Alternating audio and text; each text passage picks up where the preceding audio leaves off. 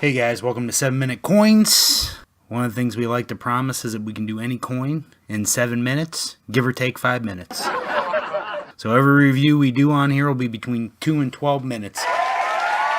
First coin we're going to talk about is VEZT.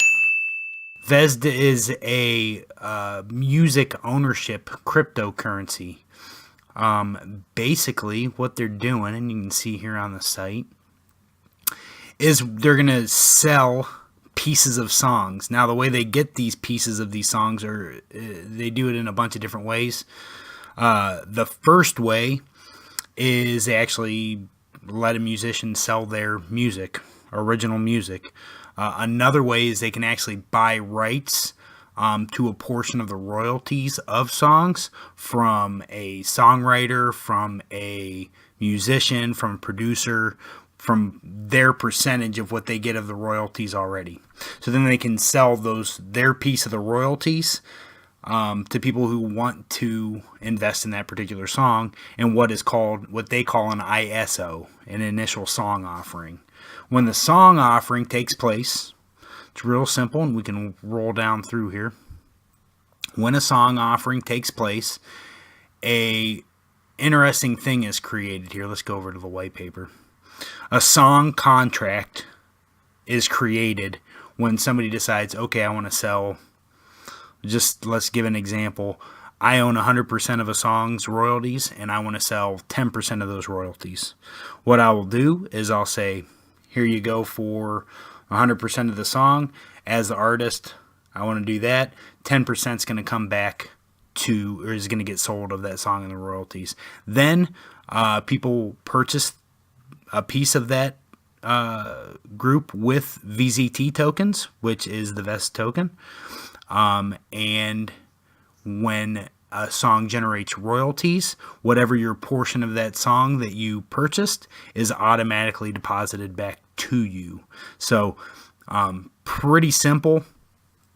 I own 1% of the song. Let's say 100 VEZT represents the entire song in terms of what I purchased. That means I'm going to get 1% back every time royalties come through. There were 100 VEZT that were created to do that song. 1% comes back. That means I get 1% of all royalties. And these are tracked through the blockchain. So they create actually a song contract first. That song contract then generates VEZT as it pays out that royalty. And you can kind of see what that looks like. You set it up, ISO, there's a rights purchase. Then the song gets used on various platforms and royalties are generated. Those royalties then come back to the rights buyers and the artist. Pretty simple. Now, here's the interesting thing about this. I am not quite sure how this will be represented in terms of how much each particular token is going to be worth. The reason for that, people are not required to be paid out in VEZT. Also, the entire transaction process is facilitated with VEZT, right? But there's actually a song contract that exists, the song token contract, that's different than VEZT token. So the song token contract, people will be paid out and they can choose their fiat currency. So some people will not be paid in VEZT, they will be paid in fiat dollars. Now, why this makes difference? This makes a difference because it's not going to create a system where people must rely on a cryptocurrency. And so the demand is a little bit tough to figure until you know exactly how many people are trying to be paid out in VEZT, because then you know the demand for the VEZT and the size of the market.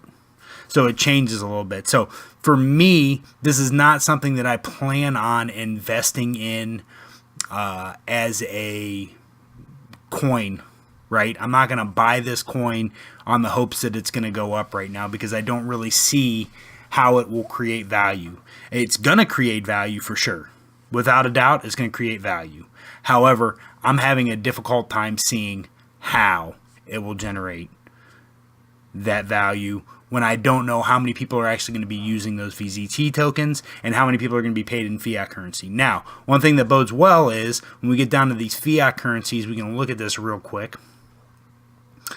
You can see if these people are paid out, if they pay for or pay out in their fiat currency, VEZT charges a 5% fee for transactions on the platform. So they're going to encourage use of the VZT token, but that doesn't necessarily mean that the VZT token is going to get used. There are going to be a lot of people that are going to try to purchase rights for these songs that will not use the VZT, I would guess.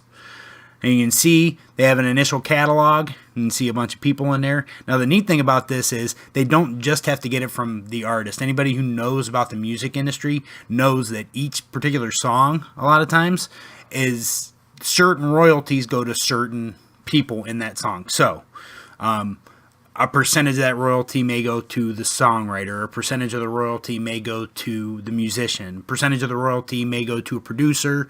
You never know who's going to have a piece of the song. So each of those people can then sell their piece of the song through an ISO or a portion of their piece of the song, and royalties will be generated automatically through the system. It's kind of a cool setup, and you can own some interesting songs once they get rolling.